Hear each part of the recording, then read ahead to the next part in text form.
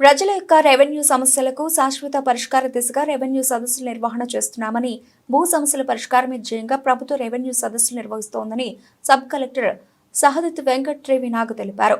ప్రకాశం జిల్లా మార్కాపురం పట్టణంలోని తహసీల్దార్ కార్యాలయ ఆవరణలో తహసీల్దార్ చిరంజీవి ఆధ్వర్యంలో రెవెన్యూ సదస్సు నిర్వహించారు. రెవెన్యూ సదస్సులో ముఖ్య అతిథిగా మార్కాపురం సబ్ కలెక్టర్ సహదిత్ వెంకట్ త్రివినాగ్ పాల్గొన్నారు.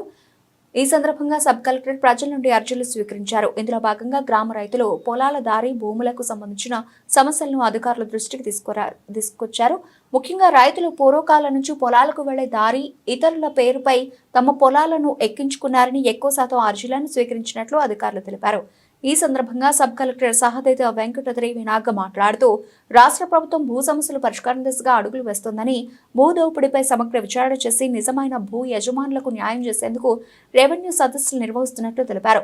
అక్రమ ఆన్లైన్లోనూ సరిచూసేందుకు CM Chandrababu Naidu, deputy CM Pawan కళ్యాణ్లో ల్యాండ్ గ్రాబింగ్ చట్టం తీసుకువచ్చారని, తద్వారా నిజానిజాలు నిగ్గు తేల్చి నిజమైన హక్కుదారులకు భూమిని అందజేస్తామని, చట్టం ద్వారా పేద ప్రజల భూములకు భరోసా ఉంటుందన్నారు. అధికారులు, నాయకులు ఎవరైనా రికార్డులలో ఎలాంటి లొసుగులు చేసినా తీవ్ర పరిణామాలు ఉంటాయన్నారు. అదేవిధంగా తహసీల్దార్ చిరంజీవి మాట్లాడుతూ రెవెన్యూ సదస్సులలో ఎక్కువగా ల్యాండ్ సమస్యలు వస్తున్నాయని, ఒకరి భూమి మరొకరు ఆన్లైన్ నమోదు చేస్తున్నారని, అలాగే కుటుంబ సభ్యులు అందరూ కాకుండా ఒక్కరే తమ భూమిని రిజిస్ట్రేషన్ చేసుకున్నారని, అంతేకాకుండా దొంగ రికార్డులు సృష్టించుకొని దొంగ డాక్యుమెంట్లు ఏర్పాటు చేసుకుని ఒకరు భూమి మరొకరు రిజిస్ట్రేషన్ చేసుకున్నారని, ఇంకా పలు రకాలైన సమస్యలు వస్తున్నాయని, వీటి అన్నింటినీ చట్ట ప్రకారం నోటీసులు అందించి శాశ్వత పరిష్కారం దిశగా కృషి చేయడం జరుగుతుందని తెలిపారు. ఈ కార్యక్రమంలో మున్సిపల్ కమిషనర్ నారాయణరావు, లక్ష్మీ చెన్నకేశవ స్వామి దేవస్థానం ఈవో గొలమారి శ్రీనివాసరెడ్డి, రెవెన్యూ అధికారులు, సచివాలయ ఉద్యోగులు, మార్కాపురం పట్టణం మరియు మండల పరిధిలోని ప్రజలు పెద్ద సంఖ్యలో పాల్గొన్నారు.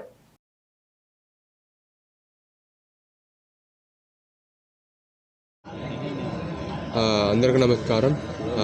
ఈరోజు మన మార్కాపురం టౌన్లో రెవెన్యూ సదస్సులు జరుగుతుంది.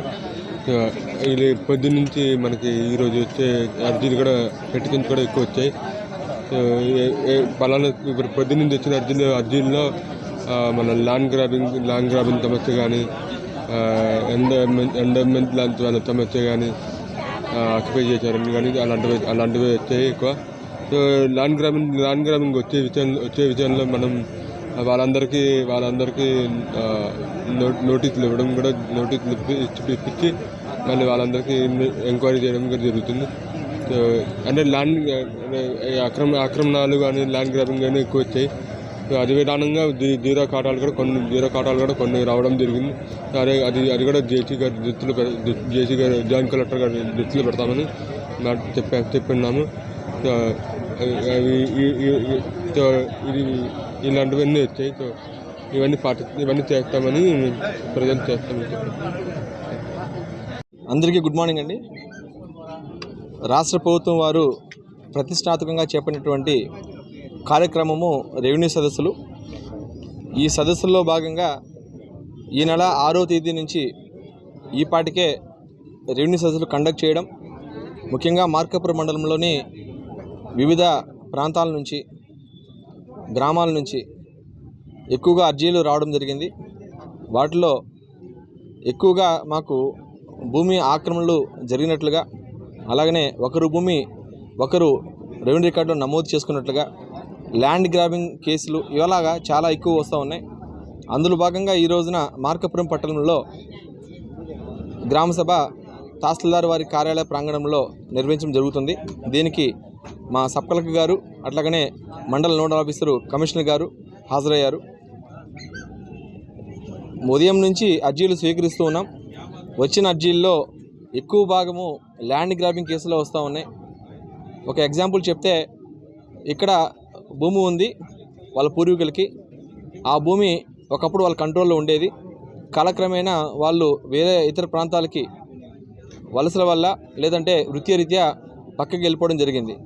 ఆ భూమిని వేరే వాళ్ళు కబ్జా చేయడం, అలాగనే దొంగ రిజిస్ట్రేషన్ డాక్యుమెంట్స్ తోటి తయారు చేసుకోవడం, ఆ విధంగా మా దృష్టికి వస్తూ ఉన్నాయి. సో ఇలాంటివి ఒకటి కాదు, రెండు కాదు, మేము తీసుకుంటున్న అర్జీల్లో ఎక్కువ భాగం అవే ఉన్నాయి. సో దీని యొక్క తీవ్రత మాకు ఈపాటికి అర్థమైంది.